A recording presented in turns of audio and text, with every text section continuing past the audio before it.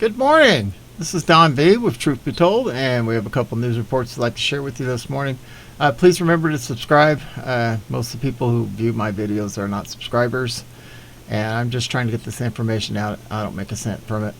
At any rate, without ado, let's go ahead and move to the first one. It says, Republican Tom Tiffany raises security fears over 2,000 unvetted Afghan refugees at Wisconsin military base who are allowed to leave without checks. Oh my word. Representative Tiffany is the representative for Wisconsin's 7th congressional district. On Monday, he sounded alarm over Fort McCoy, set to house Afghan refugees. He claimed some refugees are not going through the correct vetting process. Some Afghan refugees are allowed to apply for special immigration visas. Of course they are. Republican Tom Tiffany has raised security fears over 2,000 Afghan refugees housed at a Wisconsin military base who are allowed to leave with no checks. Speaking on Monday, the representative for Wisconsin's 7th congressional district sounded the alarm over Fort McCoy, an Army installation in the state. It appears the Biden administration is doubling down by bringing people who are unvetted into our country, Tiffany said on Fox News' Tucker Carlson tonight. He said that he was shocked when he learned none of the refugees who were stationed in the state had entered the country on a special immigration visa. The SIV requires a thorough vetting process that can take as long as 2 years. They were all there on parole, Tiffany said. The parole authority is granted to the Secretary of Department of Homeland Security. He can just wave people in, he explained, charging the administration with circumventing the SIV process. Congressman said that what concerned him most was the fact that the refugees were allowed to come and go from the base as they pleased. People could leave the base without the authority of the general that is overseeing Fort McCoy, he told the talk show host. While Tiffany accepted that there were Afghans who should be allowed to come and live in the U.S. after the U.S. withdrawal from the country, after almost 20 years of occupation, he said those at the base were not being vetted properly. They should go to a safe third-party country or someplace like that and be vetted there.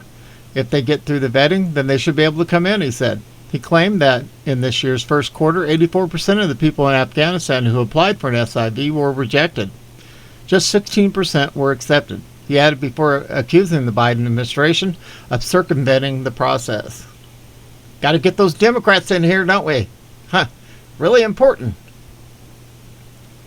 The Emergency Security Supplemental Appropriations Act of 2021, which was enacted on July 30th, 2021, authorized 8,000 of additional SIVs for Afghan applicants. This was in addition to the 34,500 visas allocated to Afghans since December of 2014. The act allows Afghan nationals who meet certain criteria to apply for a visa, providing were employed in Afghanistan by or on behalf of the U.S. government or by the International Security Assistance Force or successor mission. This covers those who worked as an interpreter or translator for U.S. military personnel while working off base. Flashbang announced on Sunday evening that the Department of Homeland Security, which is also handling the migrants illegally crossing the border and damage from the Hurricane Ida, would be the lead agency coordinating ongoing efforts across the federal government to resettle the Afghan refugees. A White House official told DailyMail.com on Monday that intelligence, law enforcement, and counterterrorism professionals are conducting screening and security vetting for all SIV applicants and other vulnerable Afghans before they are allowed into the U.S. This includes reviews of both biographic and biometric data, the officials added. The administration is increasing its vetting process. We're surging resources to evaluate each case and process these as efficiently as possible to protect Homeland Security, the official said. Several government agencies are involved in the vetting process, including the Department of Homeland Security, Department of Defense, Federal Bureau, FBI, National Counterterrorism Center, and other partners. We are grateful for our dedicated personnel at those agencies and across the government who are working around the clock to expedite the process and vetting of Afghans coming to the U.S., the official said. As more and more refugees entered the U.S., as American forces wound down operations in Afghanistan, the Pentagon added 3 more bases to the 4 other bases handling refugees: Marine Corps Base Quantico and Fort McCoy in Virginia, and Holloman Air Force in New Mexico. Combined, the bases will have a capacity to house up to 70,000 Afghans and their families. Woohoo! The high influx of refugees and rushed resettlement process has other Republican lawmakers, in addition to Tiffany, worried. Republican Representative Yvette Harrell of New Mexico said her district is expected to host up to 19,000 Afghan refugees, more than any other congressional district in the country. Holloman Air Force Base is one of the new bases receiving refugees. The people of New Mexico deserve to have say in this process, to know how vetting is being conducted, and to know the results of that vetting, she told Daily Mail in a statement. Unfortunately, the Biden administration has completely botched the process as well as a proven tragedy. As a member of the Oversight Committee and representative for 2nd District, I'm fighting for transparency and the rights of American citizens to protect their communities, she added. Well, it's a long report. On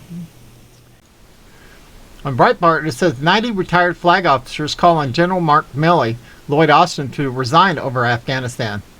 Me too. As the U.S. officially pulled out of Afghanistan on Monday, leaving hundreds if not thousands of Americans and Afghan allies behind, nearly 90 retired generals and admirals signed an open letter calling for Defense Secretary Lloyd Austin and Joint Chiefs Chairman General Mark Milley to resign. The letter, published by Flag Officers for America, argues that Austin and Milley either did not do enough to persuade Flashbang away from the hasty withdrawal from Afghanistan, or should have resigned in protest if the Prez insisted on his plan despite their pleas to the contrary.